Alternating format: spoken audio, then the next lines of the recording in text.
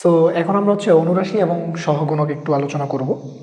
So অনুরাশি আর সহগুণক দুইটা জিনিস একদম সেম, জাস্ট একটা জায়গায় ডিফারেন্স আছে। ডিফারেন্সটা কোথায়?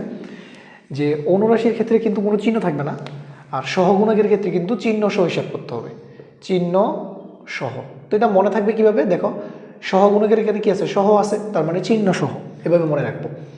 আর অনুরাশি আর সহগুণক বের করার প্রসেসটা একদম সেম। যেটার জন্য অনুরাশি সহগুণক বের করবো, ওটা সারি এবং কলাম কি দিব? জাস্ট বাদ দিয়ে দিব। তো একদম ইজি, জাস্ট কোয়েশ্চেনটা একটু দেখো। এটা মাওলানা ভাসানী বিজ্ঞান ও প্রযুক্তি বিশ্ববিদ্যালয়ের 16তে আসা একটা কোয়েশ্চেন। সো দেখো কি বলছে, এক্স ইকুয়াল টু এটা দেওয়া আছে অ্যান্ড এক্সের 3,2তম সহগুণক বের করতে বলছে। তাহলে সহগুণক মানে অবশ্যই এখানে কি বসবে? চিহ্নটা বসবে, এটা মাথায় রেখো।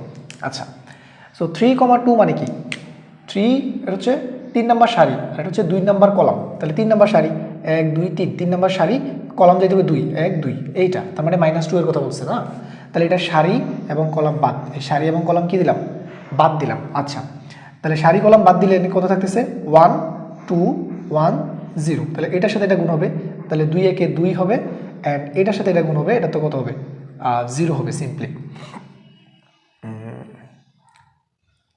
আচ্ছা, উল্টা বলে ফেলছি, আগে হবে 0, তারপর হবে -2, তাই না? আচ্ছা, তাহলে -2 আসলো, কিন্তু এর সামনে কি বসবে? চিহ্ন বসবে, যেহেতু এটা সহগুণক। তাহলে দেখো তো, এটা যদি প্লাস হয়, এটা কি মাইনাস, তাহলে এর সামনে কি বসবে? একটা মাইনাস বসবে। তাহলে মাইনাস মাইনাস এটা কি হয়ে যাবে? প্লাস। তাহলে +2 হচ্ছে আমাদের কি অ্যান্সার।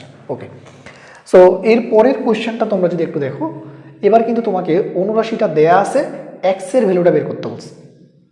ঠিক আছে, তাহলে আমরা একটু আসি। কি বলছে আমাকে? যে 1,2তম। 1 মানে কি?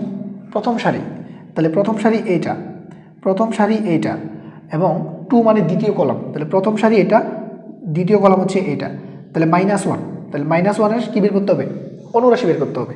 তাহলে -1-এর অনুরাশি যদি আমরা বের করি, সারি এবং কলাম বাদ দিয়ে দাও, তাহলে থাকতেছে এটা কি?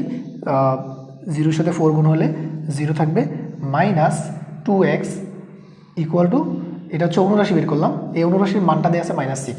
সো এখান থেকে হিসাব নিকাশ করলে তুমি বুঝতেছো এক্স ইকুয়াল টু কত আসবে? 3 চলে আসবে। সো এই 3 হচ্ছে আমাদের কি অ্যান্সার।